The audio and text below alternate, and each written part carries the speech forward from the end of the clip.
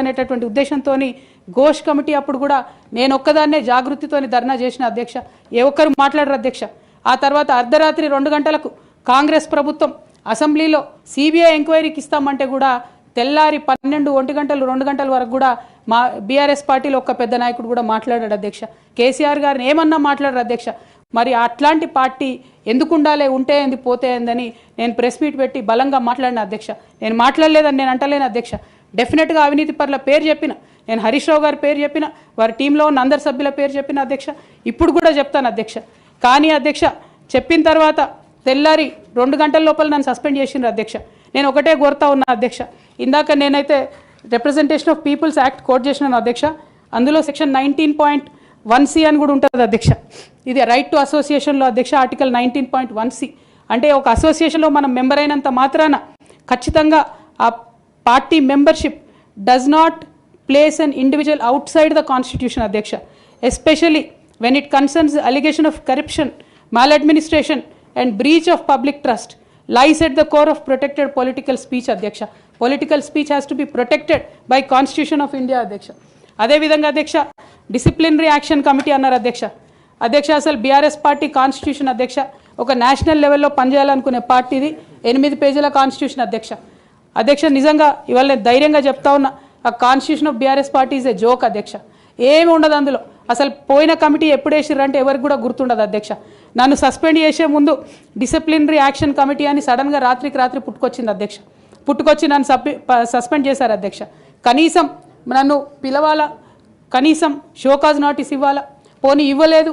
Emergency powers వాడి అధ్యక్షుల వారే సస్పెండ్ చేశారు అనుకుంటే తర్వాత కనీసం ఫైనాలిటీ ఆఫ్ ద ఆర్డర్ కోసం అధ్యక్ష అపిలేట్ రూట్ తీసుకుంటే కనీసం తర్వాత ఎక్స్ప్లెనేషన్ అడగాలి అధ్యక్ష. ఎటువంటి పద్ధతి లేదు అధ్యక్ష. ఒక పార్టీ నడిపే పద్ధతి డెఫినెట్గా ఇది కాదు అధ్యక్ష. అవసరం అనుకుంటే నేను లీగల్గా ఛాలెంజ్ చేయొచ్చు, కానీ నేను ఛాలెంజ్ చేయను అధ్యక్ష. ఎందుకంటే ఎటువంటి పద్ధతి లేనటువంటి బీఆర్ఎస్ పార్టీ నుండి, ఎటువంటి నైతికత లేనటువంటి బీఆర్ఎస్ పార్టీ నుండి దూరం అవుతున్నందుకు ఇవాళ నేను చాలా సంతోషిస్తున్నా అధ్యక్ష. నా కుటుంబం, నా పార్టీ, నా రక్తం, నా చెమట, నేను 20 సంవత్సరాలు తెలంగాణ ఉద్యమం కోసం నేను పడ్డటువంటి శ్రమ, నేను చేసినటువంటి కష్టం గుర్తించకుండా ఒక చిన్న ఉరిదీసేవాడిని కూడా అడుగుతారు అధ్యక్ష. ఈ దేశంలో అంత మంచి దేశం మనది, అయినా కూడా సస్పెండ్ చేశారంటే చాలా సంతోషిస్తున్నా అధ్యక్ష. ఇవాళ నేను వేరే ఏం లేదు. అయితే కాంగ్రెస్ పార్టీ అధ్యక్ష నా సస్పెన్షన్ని పొలిటికల్గా వాడుకోవాలని ఈ బీఆర్ఎస్ పార్టీలో వచ్చినటువంటి చీలికలను చాలా పెద్ద ఎత్తున వాళ్ళు ప్రమోట్ చేస్తూ ఉన్నారు అధ్యక్ష. ప్రత్యేకించి వారు నాపై చేస్తున్న ఆరోపణ అధ్యక్ష, ఇది ఆస్తుల పంచాయతీ, ఆత్మగౌరవం పంచాయతీ కాదని చెప్తా ఉన్నారు అధ్యక్ష. నేను ఇవాళ మీ ద్వారా తెలంగాణ ప్రజలకు చెప్పదలుచుకున్న అధ్యక్ష. అధ్యక్ష నాకు దైవభీతి ఎక్కువ అధ్యక్ష, దైవ భక్తురాలు నేను. లక్ష్మీ నరసింహస్వామి మా ఇంటి దేవుడు అధ్యక్ష. ఆ లక్ష్మీ నరసింహస్వామి మీద ప్రమాణం చేసి చెప్తా ఉన్నా అధ్యక్ష. ఒక మహిళగా నాకు 2 కొడుకులు ఉన్నారు అధ్యక్ష. వాళ్ళిద్దరి మీద ప్రమాణం చేసి చెప్తా ఉన్నాను, నాది ఆస్తుల పంచాయతీ కాదు అధ్యక్ష, నాది ఆత్మగౌరవం పంచాయతీ. నేను ఏ విషయమైనా, ఉద్యమకారుల విషయమైనా, బీసీల విషయమైనా, మహిళల విషయమైనా ఏదైనా నిలదీసి అడిగినా అధ్యక్ష, రేపు కూడా అడుగుతా అధ్యక్ష. అందులో ఎట్టి పరిస్థితులలో కాంప్రమైజ్ అయ్యే విషయమే లేదు అధ్యక్ష. ఈ సందర్భంగా తమరికి కూడా నేను ఒక మాట చెప్తా ఉన్నా అధ్యక్ష. మన రాష్ట్రంలో 17 లోక్సభ స్థానాలు ఉంటాయి అధ్యక్ష, ఒకటే ఒక ఉమెన్ ఎంపీ అధ్యక్ష. 119 అసెంబ్లీ సీట్లు ఉంటాయి అధ్యక్ష. అన్ని పార్టీలు కలిపి 8 మంది ఉన్నారు అధ్యక్ష మహిళలు. 40 మంది ఉన్న ఈ శాసన మండలిలో 3 ఉన్నాం అధ్యక్ష లేడీస్. మేము ఇక నేను పోతే 2 మిగులుతారు అధ్యక్ష. కానీ ఎంత అన్యాయం అంటే అధ్యక్ష, ఎంత చిన్న చూపు అంటే మహిళలు అంటే పొలిటికల్ పార్టీస్కైనా ఆఖరికి కౌన్సిల్ కూడా అధ్యక్ష. నేను నిన్న మొన్న ఫామ్స్ సైన్ చేస్తున్నా అధ్యక్ష. ఎక్కడా కూడా సభ్యురాలని లేదు అధ్యక్ష.